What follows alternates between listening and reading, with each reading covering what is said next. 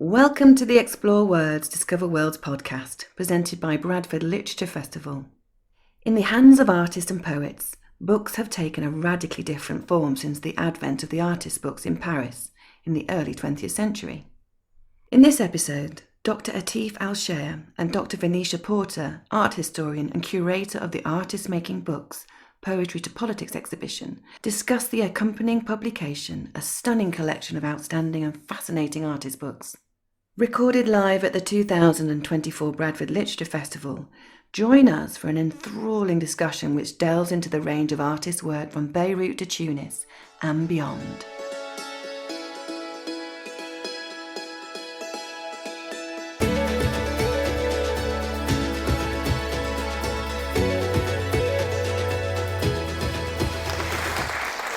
Good morning, everyone. So my name is Alexandra Pringle, and I'm on the advisory board of this wonderful Bradford Literature Festival. I'm so pleased to be back here this year and moderating this event, which is, I think, going to be so interesting. I've had the most amazing week of looking at and reading the book that we're going to be talking about. So I'm going to introduce our really distinguished people who are going to be talking with us. So the first is Venetia Porter, who was the senior curator of Islamic and contemporary Middle East art at the British Museum, and she studied Arabic and Persian and Islamic art at the University of Oxford. Her PhD at the University of Durham is on the history and architecture of medieval Yemen, a country I visited many years ago and adored. She's curated many extraordinary exhibitions, including Hajj, Journey to the Heart of Islam, and she was lead curator at the Al-Bukhari Foundation Gallery of the Islamic World. And she's published a number of books, including this absolutely marvelous book we're talking about today, which is connected with an exhibition which was on at the British Museum, and I'm heartbroken I never got to see in that way that one is with just a few exhibitions in your life. And we have with her Atef Alshaer, who is a reader in Arabic studies at the University of Westminster. He grew up in Gaza, a place that's very close to our hearts right now, and was educated at Beirut University in Palestine and at SOAS in London, where he obtained his PhD and taught for several years. He's the author of several publications in the field of literature, language, and politics, and has also published several poems and translations from Arabic poetry into English. And we have here today this book, Out of Gaza, New Palestinian Poetry, which I think everybody will want to have about their person from now on, if they don't already have it.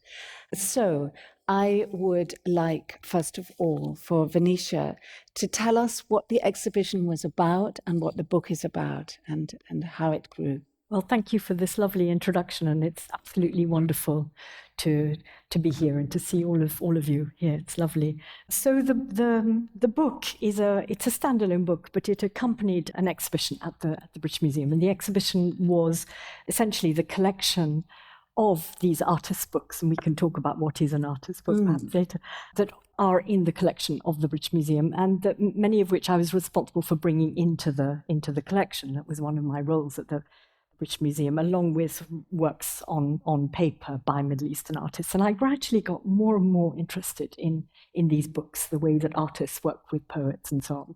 And so I was lucky enough to be able to do an exhibition of these wonderful books, which is the exhibition, and this book was my last project really at the British Museum. So it's a subject that I absolutely adore. So it was a great joy doing that, and so this is what this book, which is quite, this is a subject which people think of artist books as being something just that French or European or American artists do, but actually there is a world out there of artists from the Middle East and South Asia who make books, and this is what this book is really intended to show, but through the prism of books in the British Museum collection. Yeah, but the artist book, am I right in thinking, really probably started in Paris between the wars, and which I think was a very interesting period because it was a particularly fertile period of conversations between artists and writers, which I think in the West happens very, very little. I think that those two worlds are really separate,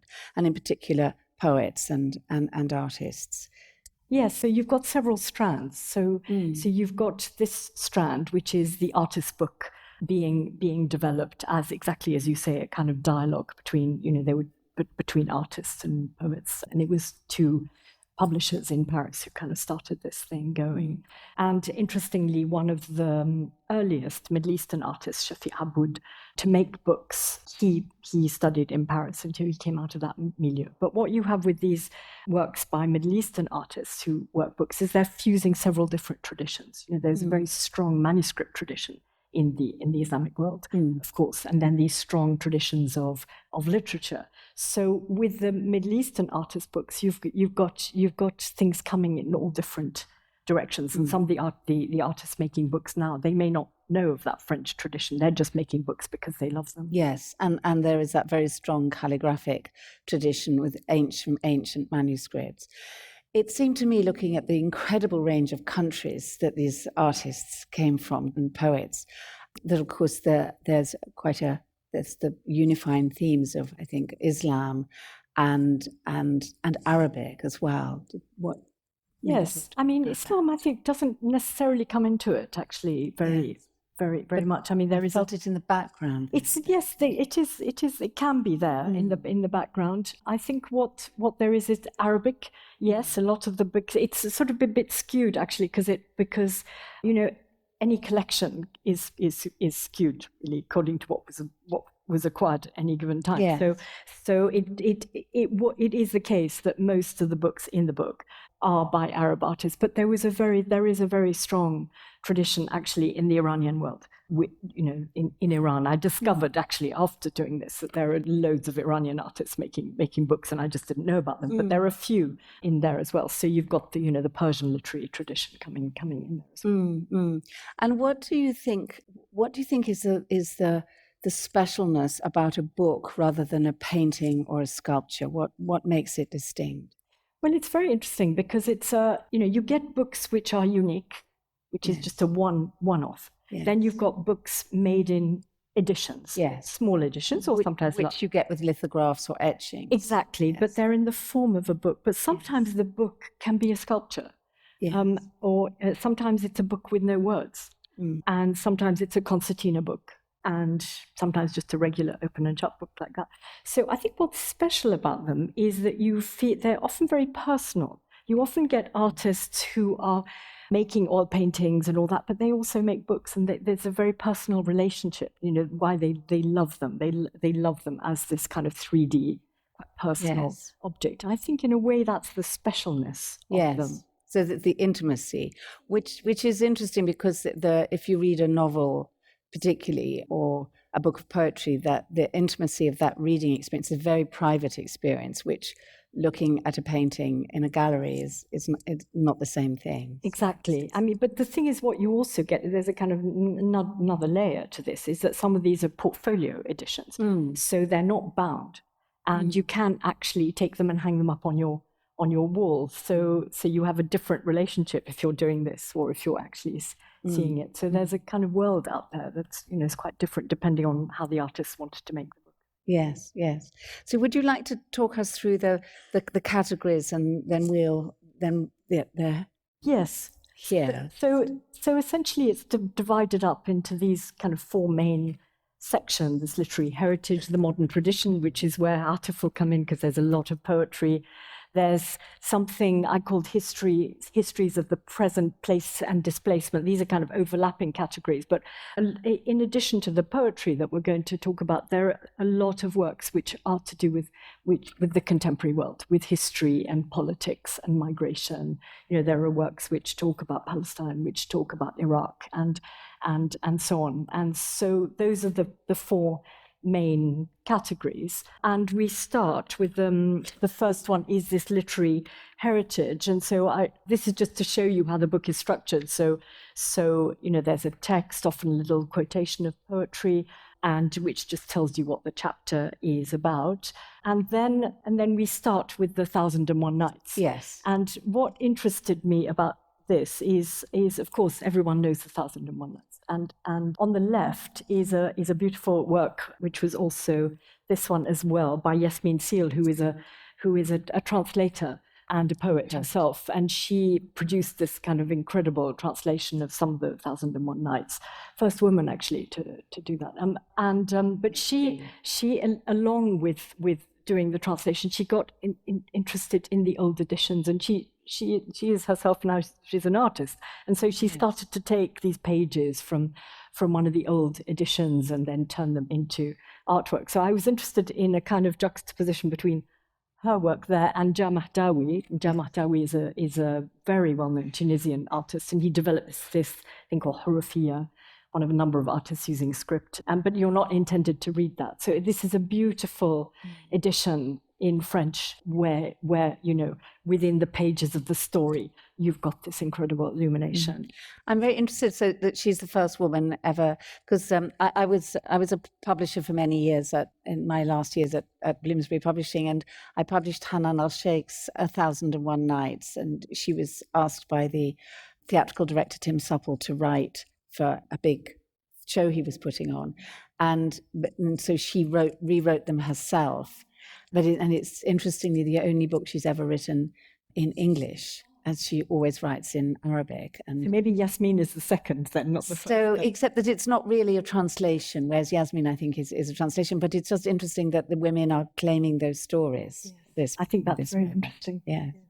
And so the second section, the modern tradition, I got very interested in this relationship between artists and poets, because I discovered that these artists were not just illustrating the poetry of some of the great contemporary poets like Mahmoud Darwish and Adonis that we're going to talk about in a second. They worked with them, their responses to them. Quite often you find that, and I'll show a couple of cases, where the artists would sit together and they would choose the poems to go into this kind of beautiful edition. So there's something very special about this closeness. Yes. And so there's a whole group of it happened within it was really good to be able to acquire for the collection some of these books. So for example, two great poets of the Arab world, Mahmoud Darwish, and Atef is a specialist in his work. So he worked with a number of different artists, but what we're going to show one in particular. But then Adonis. I mean, there are something like 10 or 12 books made together with Adonis. So that modern tradition is a very, very interesting one. But for me, Mahmoud Darwish, the poetry is so incredibly powerful. So, and I was so lucky because Atef and I've known each other for many years, and he'd helped me with translations of some of this poetry, which we showed alongside the art some years ago in the British Museum. And when it came to doing this book, it was help out of, I can't get quite the right translation, and would you? And so we worked a lot on some of the poems that are in the book, and I learned so much from Atef, really, about the power of the poetry, particularly of Mahmoud Darwish, I think. Yes. Atef, would you like to talk a little bit about Darwish? Well, I must start by thanking you first, but yes, absolutely. Mahmoud Darwish is, as perhaps many of you know, he's a great Palestinian poet, I think the greatest Palestinian poet, and really one of the great Arab poets of the 20th century. He was born in 1941 in the village of Beirut in Palestine, which was destroyed in 1948. And then he left to Lebanon and came back. It's quite a long story. He came back and then left 1970. He left Palestine to Moscow, Cairo, Beirut, and Amman, and then to Tunis and Ramallah because of the various political developments that were happening. But as far as his poetry is concerned, he comes from that sort of a tradition of the 20th century was a remarkable, I don't know if you want me to talk about, but it was a remarkable period for Arabic poetry because it was a period of transformation, particularly in the 1930s and 40s, moving from the formal Arabic, what is called formal Arabic poem, which follows the meter and it's high mystic, to something free verse. And Mahmoud Darwish was one of the leading voices within that movement.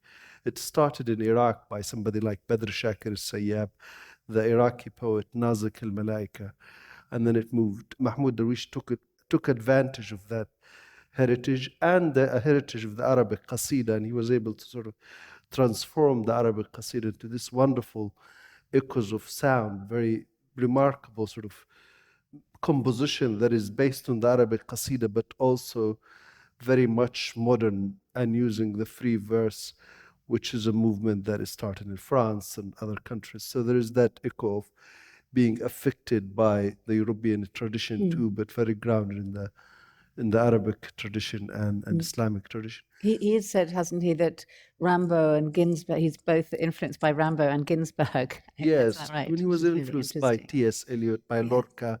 Yes. Many Arab poets were influenced by Lorca, they mentioned T.S. Eliot, by Rimbaud, Nazim Hikmat, but there were very different stages to his poetry. And this particular Kazahr al-Lawza wa Ab'ad, the one that you showed earlier, Yes.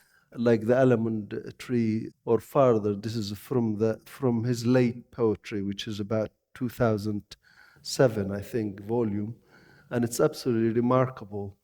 But I think what is to speak to this particular theme of the connection between the word and the image, what Arab poets, particularly somebody like Darwish, Adonis, and others have provided is to provide this wealth of insight, of imagery that is quite remarkable, quite original, and it sort of amalgamates and contains different tradition. And therefore, artists such as the ones that you've looked at and you've included remarkably in your book, they have taken advantage of this sort of a new language, so as to say, or a new discourse, a new poetic discourse, in a way that is unprecedented, because you have somebody like Darwish, who does somebody like that doesn't come often. So there's that incredible sort of benefit from the Adonis on the one hand and Darwish, because of just the newness of the expression that is spoke to the time and to the conditions of, sorry, I have this bad cough, to the conditions of the Arab world and Palestine. And there's so many developments, political developments that were happening. And also there were poets who were very aesthetically minded. They wanted to be read internationally. They wanted to speak to human conditions worldwide. They wanted to be read. And therefore the visual aspect was very, I would guess, is very appealing to artists. And this is where...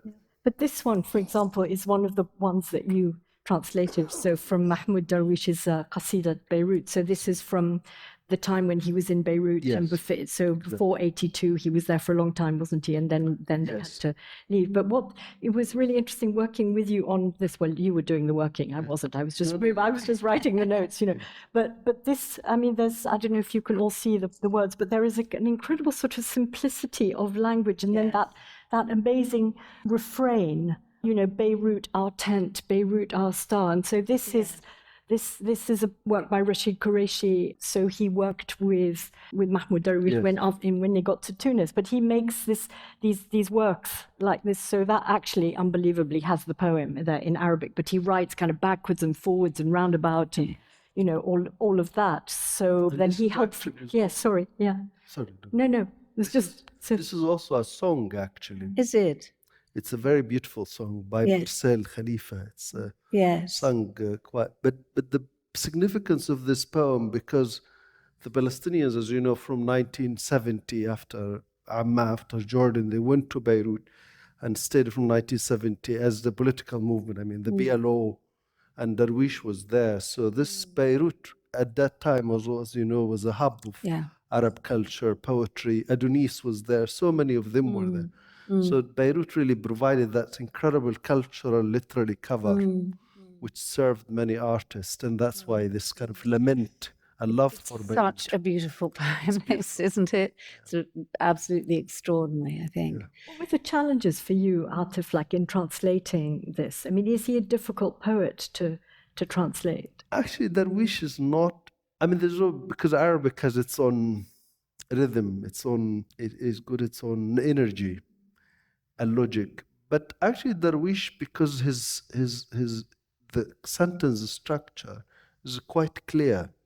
So in that sense, sometimes Darwish, the imagery sometimes could be a bit odd in English, but the poetry of Darwish actually, and particularly later in the later stages, become much clearer, much simpler, that it can be translated and can be read and can be understood worldwide. But there's nothing obviously like the Arabic, but it's an attempt. So I think translating Darwish's, I mean, I didn't translate many of Darwish's poems, I translated some.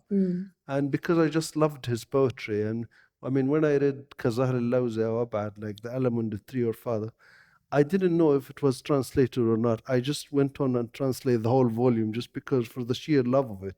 Because I thought that will bring me closer to the words if I start to engage with it at such a level. And with this poem, the beautiful poem, beautiful imagery, and also it speaks to me as a Palestinian, Gaza, Beirut, Lebanon. The conditions resonate.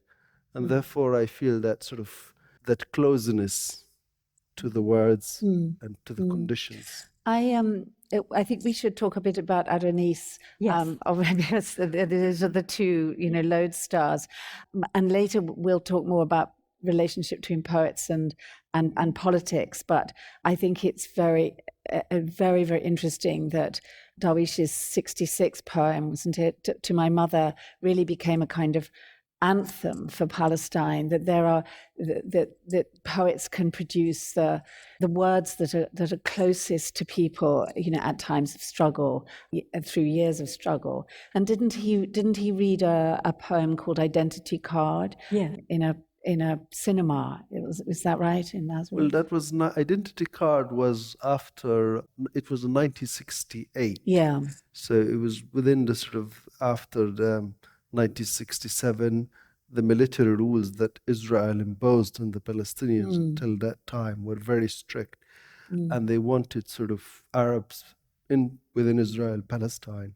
They don't want to show any sign of Arabness or Palestinianness. So that came as a sort of a defiant poem to tell about the Arab Palestinian minority that remained within what became Israel. So that sort of definitional poem. But the other poem, Ila Ummi, Hanu ila Khubzim, I long to my mother's bread and my mother's coffee, etc. That actually he wrote in a prison, inside the prison when he was in Akka prison, and he wrote it on papers, on cigarette paper, and then smuggled it and it became a song. He was very surprised that it became a song, a very, very well-known song in that. It's I think the thing of songs. There's in 80s Pakistan, there was a particular poem by Faiz Ahmed Faiz, yes, that was their singer wore a black sari to sing it. And then you were not allowed to wear saris because it was the country was being Islamicized. And she was called Iqbal Banu, and she wore this black sari and she sang it on television, and it had the most extraordinary effect. So there you have artists and poets. We have poets and song, and the power of that, don't you? And then she was banned. Yeah. So it was out. I move to Adoni. Do you want me to move to Adoni? Yes, please. Yes.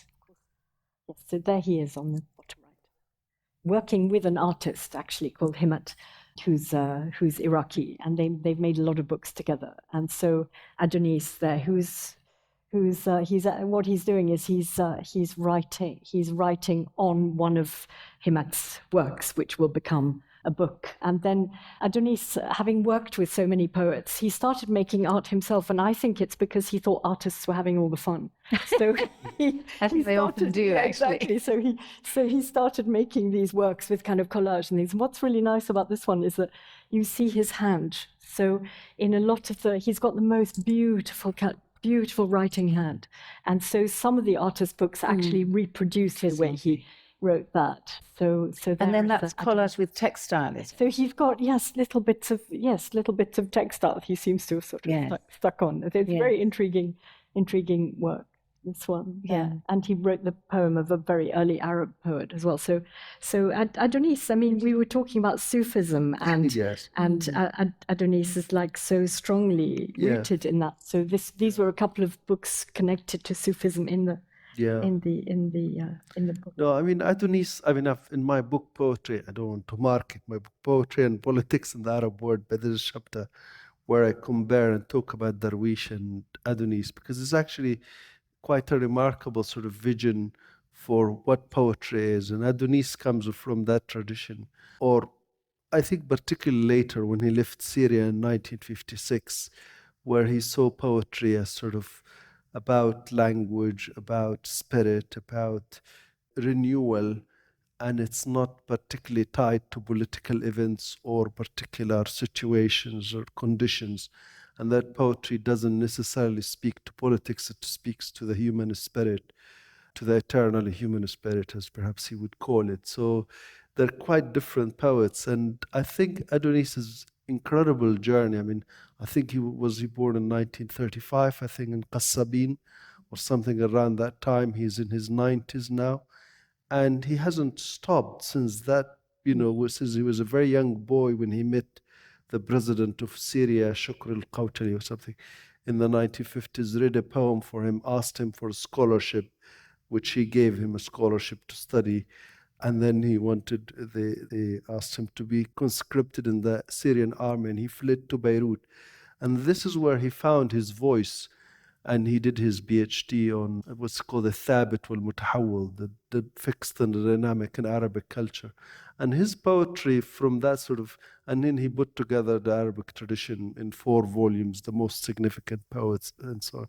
But his voice through Sha'ar, the Majallat al-Sha'ar, is quite different, his vision, to that of Darwish. Darwish was very tied to the Palestinian struggle till the end, although actually his voice developed and he always wanted to write poetry that speak to the human condition, as it were, whereas Adonis doesn't want poetry to be dealing with politics. And this is where Majallat al-Sha'ar came in, and he was deeply, you mentioned Sufism. Sufism definitely was one of the main strands that influenced Adonis. And he wrote a very remarkable Sufiya wa Surrealiya, Sufism and Surrealism, and also in the introduction to Arabic poetics, remarkable account of how Arabic poetry somehow in the past, particularly in the medieval, like Amr ibn Abi Rabi'a and other poets, how that poetry itself was modern. He said, when I read like Baudelaire, Charles Baudelaire in France, I discovered the Arabic, how modern the Arabic tradition that I discovered Arabic poetry.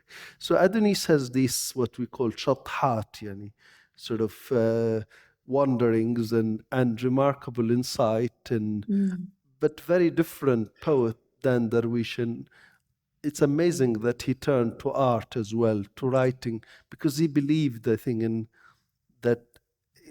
renewal. And I think he saw that sort of fusing imagery, working with artists, including his own handwriting, as a kind of spiritual renewal to the individual doing it and to the one seeing it as well. But the poems have become very iconic, some of them. I mean, this is an interesting one. This is another one that you kindly translated here. So this is the Lebanese artist, Shafi Aboud. I mentioned him. He's the first Middle Eastern artist to make books.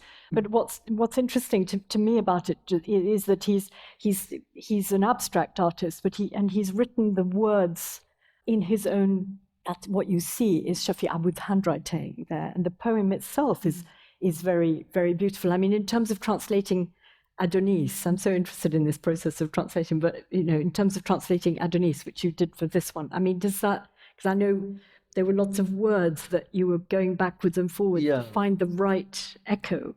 Yeah, Adonis is quite different to Darwish.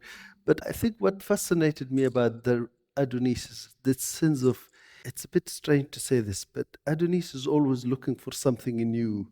Like his poetry is all about what are called beginnings, bidayat, awwal al-tariq, the beginning of the road, and creating something new. His poetry is very much, some of it is almost untranslatable, but some of it does translate. And this poem, one of the poems that did work well, I think, and I think it's beautifully also represented in this artwork too.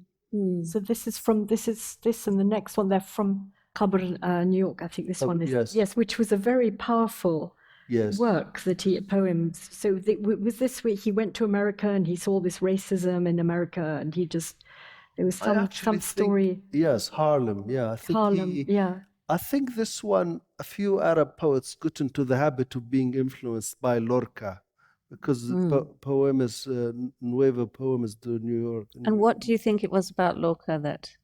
He saw the racism in America. He saw the discrimination, Yeah. and they sort of took after him. Many Arab poets. Darwish wrote about that in his poem referencing Edward Said living in New York. He's talking about the segregation. But Adonis he wrote this poem a bit earlier. I think it was about 60s, 70s sort of poem. So he wrote it and also Adonis was very opposed to this hyper-modernism that he saw in New York, the tall buildings.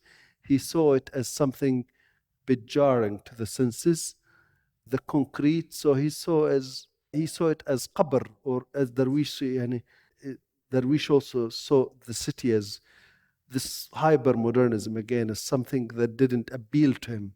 So it was a critique of the city and the way this American civilization that is affecting the Middle East, destroying parts of the Middle East as it is doing in Gaza and Palestine more broadly.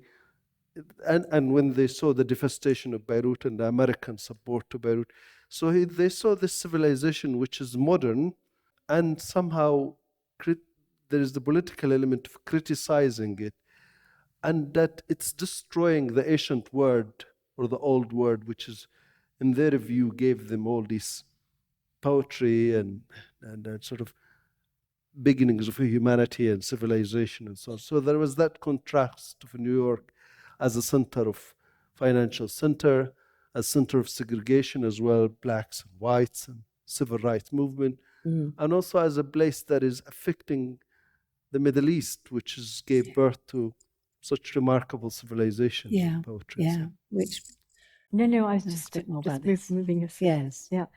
So this is the wonderful poem artist Dial Azawi, who is the most remarkable Iraqi artist, has lived in London since the 1970s. So he's somebody who makes paintings, sculptures, but also who has completely made the book his own. There was an exhibition in Oxford a while There's a real modernity about him. Absolute modernity. Yes. And he's somebody who inspired actually a lot of his fellow Iraqi artists who were in Iraq in the 90s with sanctions, and some of these artists, were contacting him and saying, look, we can't get our art out, we can't get materials out. And so he said to them, make books. And I've talked to some of these artists, and they said, but when Dia said to us, make books, we didn't know what he meant, like sketchbooks or what. He said, no, make books, real books. And so a lot of them did, in fact. And there is now a whole genre. They call them dafatir. So using the Arabic word for like notebook. And so this is now a genre of the artist's book. It's but only Iraqi artists, and a lot of them are using poetry, but they're also talking about the destruction of Iraqi heritage and so on. Dia's the one who started this. Oh, wonderful. Yeah. It's very interesting. He actually, a lot of I felt resonances of Picasso through the whole book in some way, in Picasso's relationship, Picasso's shifting in the way that he worked, and his constant modernity, but also his relationship to artists around him and poets particularly. And I sort of felt his spirit, and his politics dancing through this book in some way. It's interesting. I'm happy to move us along, because I was also intrigued. There are other artists. So this is Kawafi, and this is a wonderful thing. This is an artist, Egyptian artist, modernist, lives in New York, I think now, and he's from Alexandria, so he felt a terrific affinity for Kawafi, and actually he describes how he picked up a copy of Kawafi in the old market in Alexandria, and then he started to translate the Kawafi into Arabic, and then created this kind of these beautiful drawings, which are echoing. So Kawafi, you must have read Kawafi. I mean, it's just such a powerful. No, Kawafi has deep influence on many Arab poets. I think particularly the theme of longing for a city and being in exile. That sort of theme. That is in your last section, I think. Yes. But we should. It'd be lovely to talk about that. Yes. I'm going to move on. Where shall I move us to? I should just keep. Oh, I love this so much. This. Yes. Do you want me to talk about that? No, not necessarily. I just love this image. Yes. This is I'll just say very quickly, this is an Iranian artist, lives in the States, and he loves books. And so he started reading Asimov and getting into all this kind of futuristic literature, and so he decided to use this technique called cyanotype, which is these ferrous metals that you paint on the paper, and he exposed them to the stars, so that's why you've got all these dots. But anyway, there's lots more to say about that. It's beautiful. There's something about that blue that is so extraordinary. Yeah. So I won't. I'll just I'm not going to talk about them because you want to get into subject. It would just be lovely just to talk about each section of the book a bit. Touch on. Yes. Okay. So I think I can't remember which section this is in. I think this must be in the displacement or the. Okay. So should we? Well, yes, of course, the politics. Should we go into what's the chapter 3 in the book? And I mean, both chapter 2 and chapter 3 are sort of talking to each other, but a little bit more about poetry and politics and how this comes into the book, because I think particularly at the moment with what is happening in Gaza, that the fact that poets are being targeted, but the voices of poets are so important at the moment. And Mossab Abu Toha is his extraordinary poems right from the kickoff from October the 7th onwards became what certainly everyone I knew, we were all looking to see what he was writing, and then he managed to get into Egypt. I saw that he's now in America, that yesterday or the day before he moved there. But it would just be interesting to talk about sort of poets in this situation of war and resistance. Yeah. Well, I mean, I think Arabic poetry is, particularly the modern period, is just an extraordinary journey. And I think in Gaza, you mentioned Gaza, I think I've documented or translated 2 poets who sadly were killed by Israeli bombardment, Nada, Hiba Abu Nada, and Rifat al-Arair. And not long time ago, also Osama Nofel was also killed with his family. So I think there is an attempt to kill the brains of Gaza, the culture of Gaza, in addition to the doctors, anybody who can make anything, who have a voice, they target. And Darwish himself, we go back in time, Darwish was throughout his 20s, today in prison, tomorrow out of the prison. He was in and out of the prison all the time. So there is an attempt to completely destroy the Palestinian voice, in addition to sort of not allow them to allow them to narrate their story. And we see this also in this volume. We talk about poets who have been oppressed and the way they turned that oppression into poetry as refugees, which you document in your book very well. And I think the Palestinians have been, their heritage since 1930s. In the other book, A Map of Absence, I documented their poetry from the 1930s to the present time. This is what is available to them, language, in the face of this enormous power, in fact powers, in the US, Europe, that are giving Israel the weaponry to destroy Gaza now and to destroy Palestine. What is available to them is language, and I think they have used it extraordinarily well.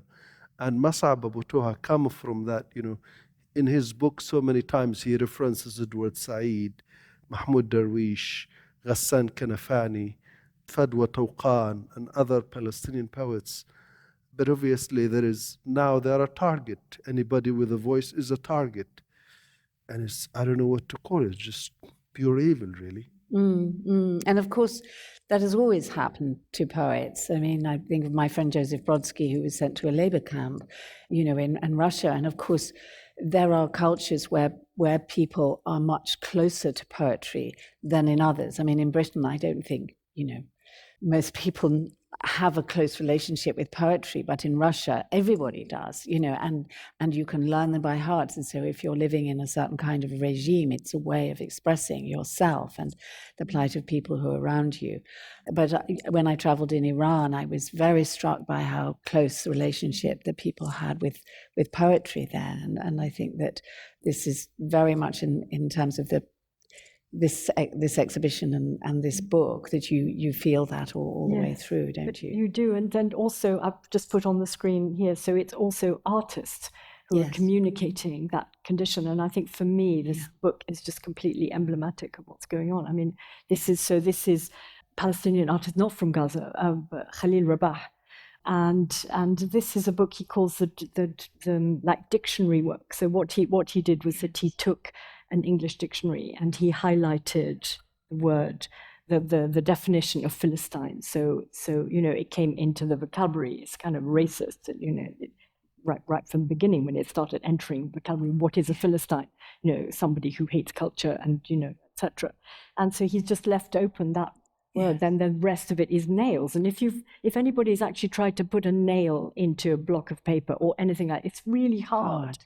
So when you hold this book in your hands, which is a dictionary, you really feel that, you feel the pain. And so artists as well as poets are communicating. And there are artists, I mean, the countries that have covered the conflicts, the Algerian War of Independence, the India-Pakistan partition, a lot of responses to the invasion of Iraq. There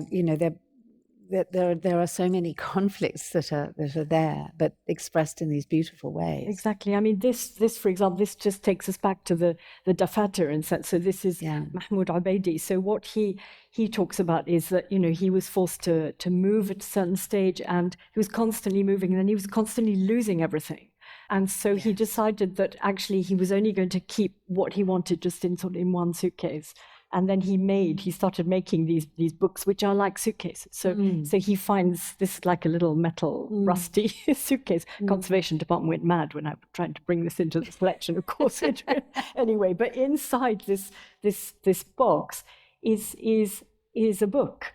So it's got kind of scraps of thoughts and things, and he calls this compact tome. So this way in which these artists are communicating, I think it goes back to your first question, which is what is special about them. Yes. When you see this, all of them, they are about a relationship. Yes. And this is very obviously Mahmoud's relationship with being an Iraqi, what it is to be an Iraqi, in the way that the Khalil Rabah is what it is to be a Palestinian. Yes.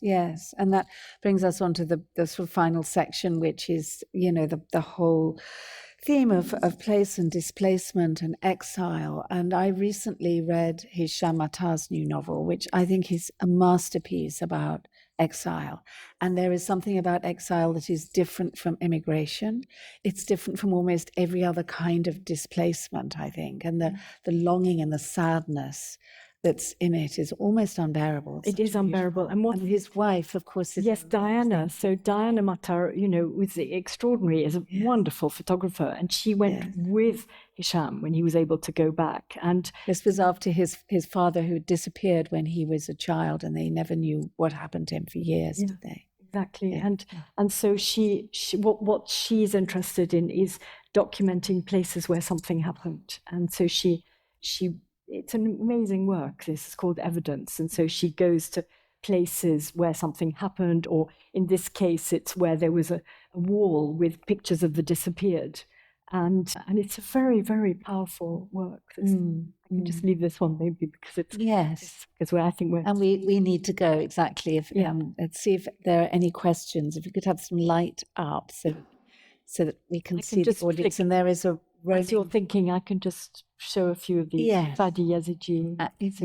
And there's a mic. Just want to mention this one. This is Mohamed Shonu, who's a Saudi artist, brilliant Saudi artist. And those of you who are going to the talk on the Islamic Arts Biennale, which is at 2:30, he's one of the curators for that. So he made this exquisite book. It's absolutely tiny, and it is about place and displacement. It's actually two little figures. So depending on which way you open it, it either starts as one, and then he or she is joined by another, and then, or if you open it from the right, it's two people, and then there's a loss in the middle. It's most exquisite, and he makes his own paper and stains it and so on. So, and this is the last slide. Anyway, this is a Turkish artist, İpek Düben, and this is Refugee. It's the most powerful book. So she took pictures of newspaper cuttings from refugees from all over the world, and then she printed them onto this kind of like a synthetic gauze and embroidered them over. So the material is very, very delicate, but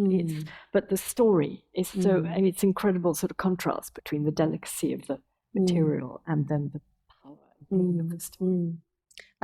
Suddenly remember there was at the San Francisco Museum of Modern Art, there was an exhibition of a Palestinian artist, American Palestinian artist, who went to displaced Palestinians and said, I'm going to go there. What is the one thing you would like me to do? And so somebody asked to go and visit their mother's grave, and she took a photograph of it, and, or drink a cup of coffee in a particular bar. And it's an absolutely extraordinary journey that you go on. I remember I just chanced on it going around these walls. So it shows so much the power of art with these things. Okay, does anyone have anything that they would like to, any questions? Well, first of all, thank you very much for a fascinating presentation for everybody. Just as a question, I hope it's not off the wall, Venetia, but I was going to ask about genres. One that I imagine might have started with people doing themselves at home is pop-up books. I also want to ask about graphic novels, if you've encountered either of those genres in your researches. Well, no, it's a very interesting question. Thank you. So I haven't seen any pop-up books, actually, but I know that, in the British Library, they are beginning to collect, for example, graphic novels. And also there's a whole other category, which is where books were being produced in Beirut and Cairo, but often the cover is made by an artist, and so you've got that relationship there. And I think this is material very much that Daniel is interested in acquiring for the collection of the British Library. As a curator, the British Library, I found that collecting graphic novels from Turkey, for example, became a must. Yes. So you were doing that. Cultural area doesn't covered by other kind of books. Thank you. It's very interesting, the growth of graphic novels in the last 10 years, that they have become so much part of our culture, and so seriously so, I think. So very interesting. Just in the meantime, but do think of anything you'd like to ask. I'm very interested in textiles, and I was interested that textiles were used in some of these. And I went to that, there was an extraordinary exhibition at Kettle's Yard in Cambridge of Palestinian clothing, and how often messages were embroidered into those extraordinary, unbelievably beautiful things, but how much textiles can transmit. And I was very interested in how they were used in some of these. Yes, that was a very, very important exhibition, Material Power, at Kettle's Yard, which then went to the Whitworth. I don't know if you saw it, Atef, but I think it started its life in the Palestine Museum in Beirut. And what's actually very important about those textiles is they are completely about identity. And so, each village has its own set of, embroidery, designs and that sort of thing. And then during the course of the first Intifada, I think it was, women started to embroider, motifs, flags and all of that. And actually the curator, Rachel Dedman, said a very beautiful thing about those is that we think of resistance, we go out on demonstrations or whatever, something very quick, but she said that embroidery is very slow. Yes. And this is a very slow resistance, and it kind of, she equates it with this sabr, the what is it, the prickly pear is called, the sabr, this patience, that it's as it were the long view. Yes. And it's a very, very beautiful exhibition. Knowing that this is something that you're looking at, such a long thing. Exactly. So it's not a quick. Exactly. A quick thing. There's an artist who's got a show on here at the Cartwright Hall, which I really recommend. He's called Osman Yousefzadeh. He's actually talking about his book. I'm talking with him about that this afternoon. He wrote this extraordinary memoir about growing up in Birmingham in the most deprived background, and he ended up going to SOAS and becoming a clothing designer and an artist. But his art is increasingly about his childhood and his mother, who was a seamstress, and she was in Pada and was really not allowed out at all. And he uses embroidery and textile in his work. And this exhibition is about the immigrant experience, but it's all connected with the women and the use of textiles. I think it's very interesting, and I was very interested that some of the books here. Yes. Textiles. Yes.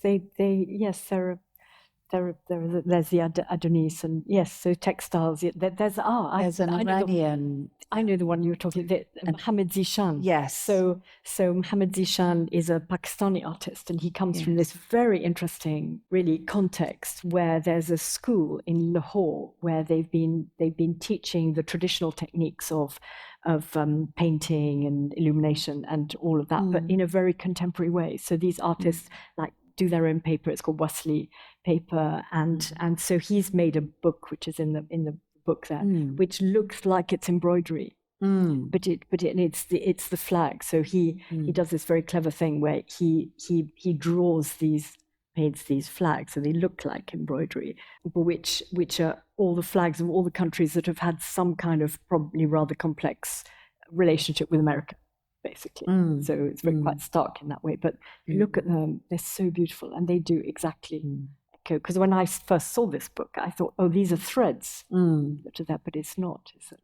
So that relationship is absolutely right. I think one of my great passions is Pakistani embroidery. It's from the Swat Valley in particular, the Pukhari, and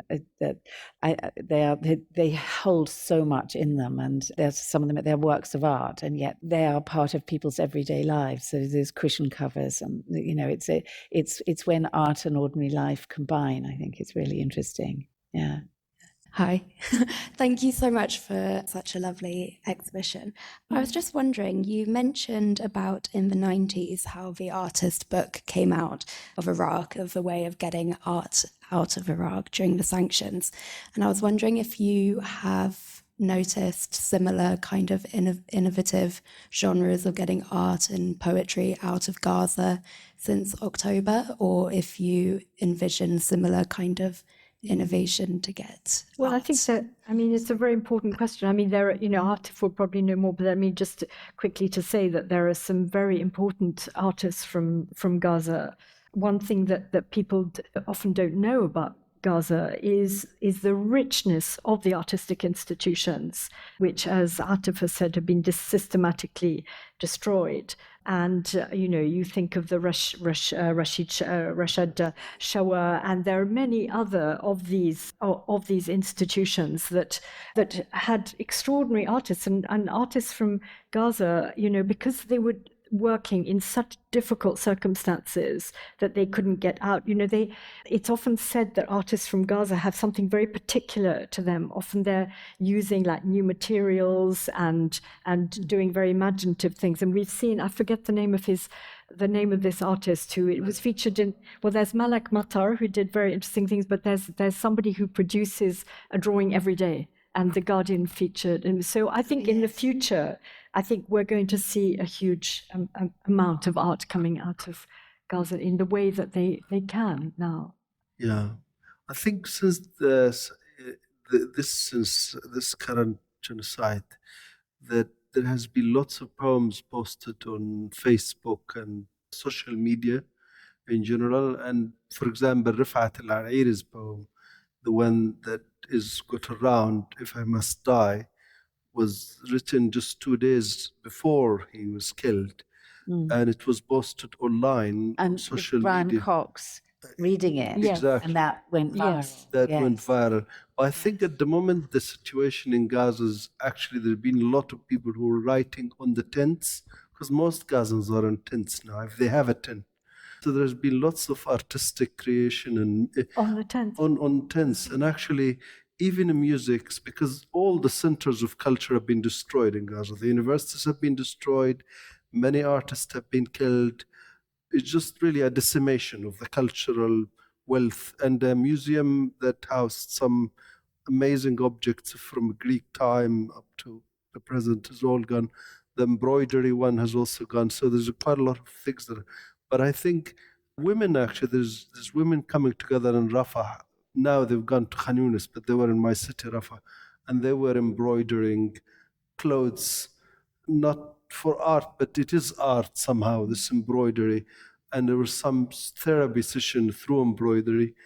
But I was going to say music, for example, they are using very, what do you call it, like a tube, like water pipe, and turning it into a flute. What is it? This flute? Is it Recorder. Yeah. So they're using whatever very basic tools that are available to them to make art. And then there's also lots of dancing sessions for children in schools where they have also been targeted because Israel regards the UNRWA as a terrorist organization too. So I think people actually, if you've looked at so many videos and seen so many scenes where art is actually essential for their survival as we speak, since 7th of October and before, because and many of the people who are guiding them, leaders, young leaders, they're trying to focus on art because that's a way to survive day to day. So yes. It shows the importance of culture, in all our lives. Yeah, okay, one more question, then we need to wrap up. Thank you very much. It's very interesting. I'm wondering if you have any collections or you know anything about artist books aimed at children. Aimed at children? No, I mean, of course, there are lots of books. Picture books, but I mean, like as kind of a maybe more political or more nuanced or more cultural kind of transmission to like the younger generation is better. I don't know of any, but of course there are wonderful children's books. I mean, I think even in this festival, there's definitely somebody talking. I've forgotten the name of the person who's written an artist book. There is one called, I think, Dabashi lady, I can't remember. She's the daughter of Hamid Dabashi. Layla Dabashi. She wrote Peep for Palestine. It's very, very graphic book, okay. and it's very For artistic, children. and it's for children. And actually, there are a few others that came out recently, but I forgot the name of them. But it's a growing genre, I think. Yeah. So I don't know if it's they're artist books per se, or I mean, it's it's very difficult to describe exactly what is an artist book, of course, but generally we think of them as what I spoke about before. But these are like illustrated books for children. So P for Palestine. I mean, but it's whereas fantastic. artist book tend to be like a one-off or It's either a one-off or it's where the they don't artist have is that availability. Yeah, but that's really interesting. Maybe that's something to be encouraged. Absolutely. Yes. Exactly. Yes. Exactly. Yeah. So we've run out of time now, and I really recommend this book. It is absolutely beautiful, and it gives you so much to think about, and the combination of the beauty of the words and the beauty of the images is a very, very powerful thing. And I also hugely recommend this book. So it just remains to say thank you so much to Atef, and thank you so much to Venetia.